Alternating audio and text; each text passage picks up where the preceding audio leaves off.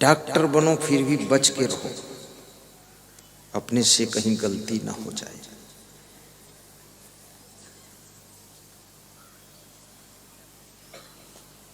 और गलतियों से जो अपने आप को बचा लेता है वह व्यक्ति कम मेहनत से कम समय में अधिक सफल होता है।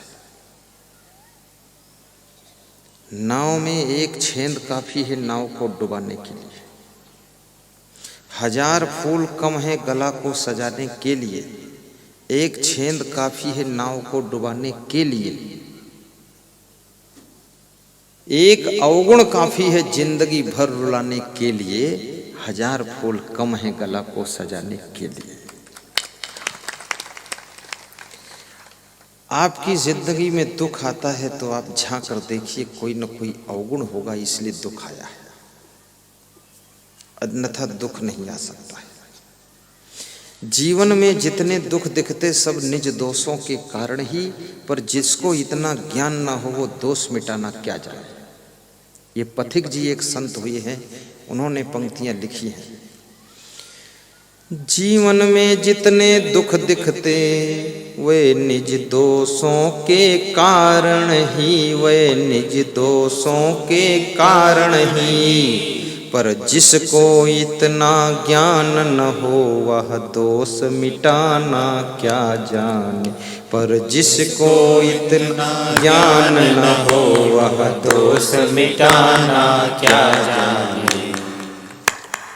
उन्नति का साधन सेवा है जिससे ही आत्म शुद्धि होती, जिससे ही आत्म शुद्धि होती, पर लोभी मोही अभिमानी सेवक पद पाना क्या जाने, पर लोभी मोही अभिमानी सेवक पद पाना क्या जाने।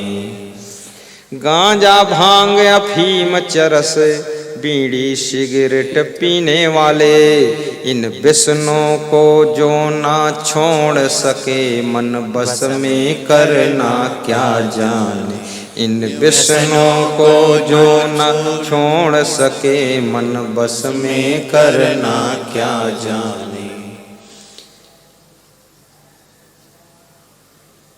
जीवन में जितने दुख दिखते सब निज दोषों के कारण है। कई को विधवा होना पड़ा तो क्यों? क्योंकि दूसरों के बहकावे में आने का उसके अंदर दोष था। ये भी बहुत बड़ा दोष है कि दूसरे के बहकावे में आ जाना, स्वयं विवेक ना करना। और ना तो समाज में कई की कमी है, न मंथराओं की कमी है। स्त्रियों में भी मंथराएं रहती हैं, पुरुषों में भी मंथरा रहते हैं। एक दूसरे को बहकाने में ही उनको आनंद आता है।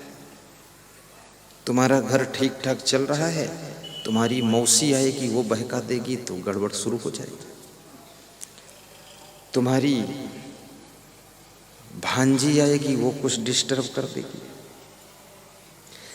अपने लोग ही उसी में से ऐसे कोई आ जाते हैं जो तुम्हारे घर की सुख शांति को नष्ट करने का काम करते हैं।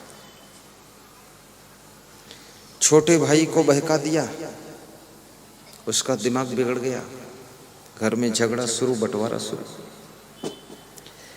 जब मंथरा के बहकाने से कई महारानी बहक सकती है, बहुत बड़ी बात है। यहाँ मंथरा नौकरानी है, कई महारानी है, और घर में बहुत हैरानी है।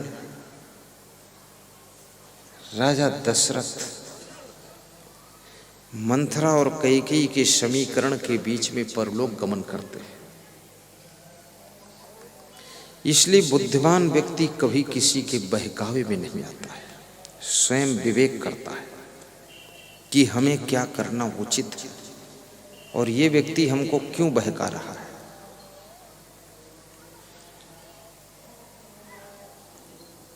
और मंथरा छोटे से लालच के कारण ये काम करती है, इसलिए कहते हैं लालच बुरी बला। कौशल्या की दासी इनाम लेकर जा रही थी, पुरस्कार लेकर। तो मंथरा ने पूछा, बहन ये इनाम पुरस्कार क्यों मिला, कहाँ मिला, कैसे मिला, कौन दिया? तो बताया कौशल्या ने जिन्हें दिया है। तो बोले क्यों दिया? बोले तुमको पता नहीं है, कौशल्या के राम का कल राज तिलक होगा, वो राजा बनेंगे, उस खुशी में हमको आज ही इनाम मिला है और कल फिर और मिलेगा। तो मंथरा ने सोचा, अगर मेरी कैकेयी का भरत राजगद्दी पर बैठता, उसका राज तिलक होता तो इनाम हमको मिलता। ये छोटे से इनाम का लालच, छोटी सी पुरस्कार की बात मंथरा के मन को बिगाड़ती है। फिर मंथरा कैकेयी को बहकाती कि भरत का राज तिलक हो तो हमें इनाम मिलेगा। छोटे से स्वार्थ के कारण किसी के बहुत बड़े खेल को कभी बिगाड़ना मत, ये बहुत बड़ा पाप होता है। और याद रखना, कोई खुशी का समाचार है तो खुशियों को भी हजम करना सीखो, खुशियों को बहुत जल्दी व्यक्त मत कीजिए, अन्यथा खुशियां पुनः दुख में बदल सकती। कौशल्या को ये समाचार मिला था राम का राज तिलक होगा, तो कौशल्या इस खुशी को अगर अपने आप में हजम कर लेती और किसी को इनाम न बांटती तो शायद ये लफड़ा आगे बढ़ता नहीं।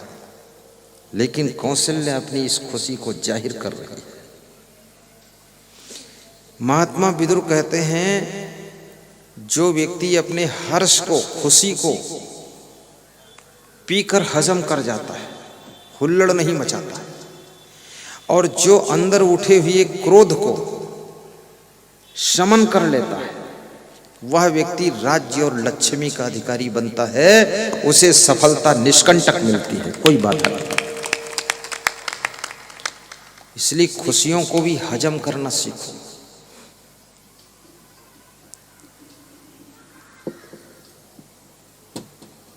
यो न सन्यच्छति बेगम क्रोधः उत्थितम हर्षयो सा श्रियो राजनम भाजन यश्च आपत्सु न मुह्यति। आपके अंदर क्रोध भी आ जाए तो भी उसको दूसरों को पता न चलने दीजिए, अंदर अंदर शमन कर लीजिए।